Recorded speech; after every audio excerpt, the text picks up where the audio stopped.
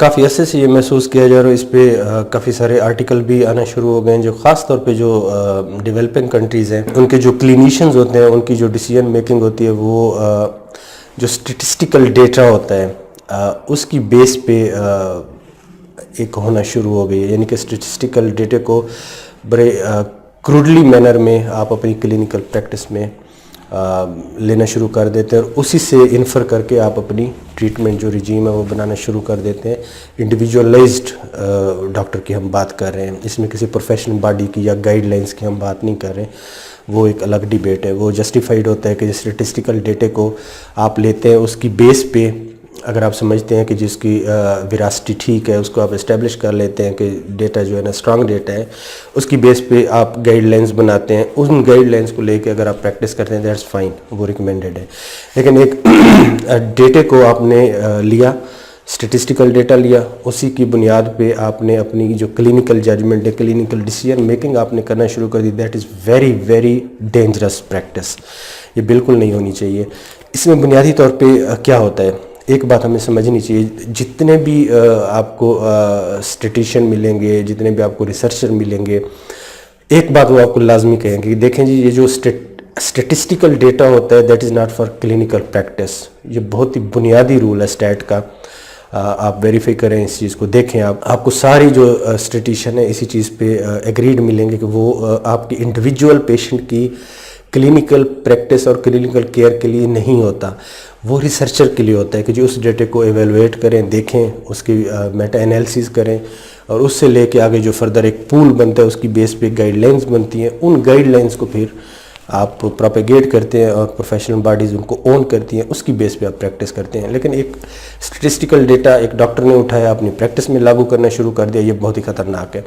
اچھا، یہ اس کی جو امپلیکیشن ہے وہ کیا ہے، اس کو صرف سمجھنے کے لیے میں تھوڑی سی آپ کو ایگزامپل دوں گا. لیٹ سے کہ ایک ڈیٹا کہہ رہا ہے کہ جی فار سرٹن ٹریٹمنٹ اس کا جو سائیڈ ایفیکٹ ہے وہ 1/50,000 ہے. لیٹ سے کہ جی 50,000 پیشنٹ کو آپ ٹریٹ کریں گے تو اس میں ایک ڈیتھ ہو سکتی ہے ڈیو ٹو دس پروسیجر یا دس میڈیسن. اب آپ نے امیجن کیا، کیونکہ ڈیٹا آپ کے سامنے، آپ یہ دیکھتے ہیں کہ جی آپ نے اب کیلکولیٹ کرنا شروع کیا کہ لیٹ سے کہ میں نے تو پچھلے 20 سالوں میں 50,000 پیشنٹ نہیں دیکھے.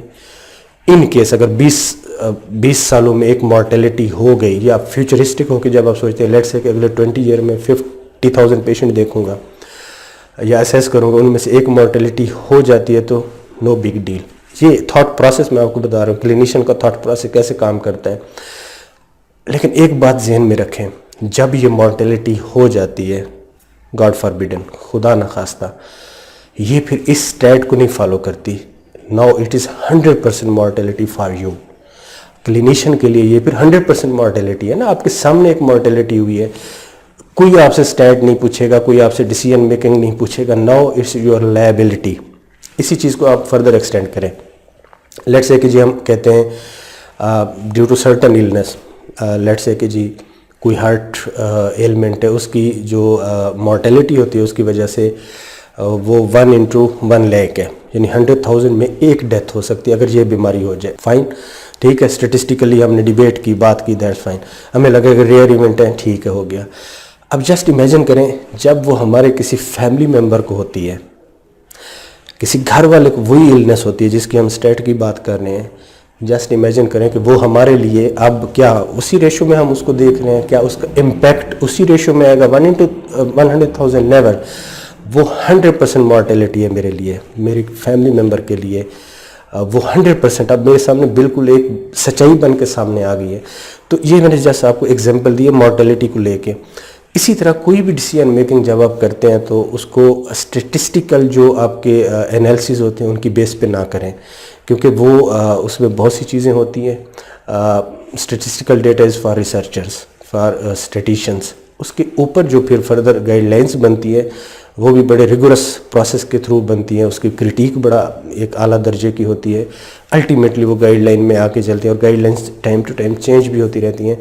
ان کی بیس پہ اگر آپ ڈیسیجن میکنگ کرتے ہیں دین یو کین سے کہ جو آپ کا ڈیسیجن میکنگ تھا وہ ریشنلائز طریقے سے ہوا ہے. تو ہم سمجھتے ہیں کہ یہ تھوڑی سی یہ جو اس طرح ڈسکریپنسی اور کنفیوژن آ جاتی ہے اس سے ہمارے کلینیشین کو بچنا چاہیے.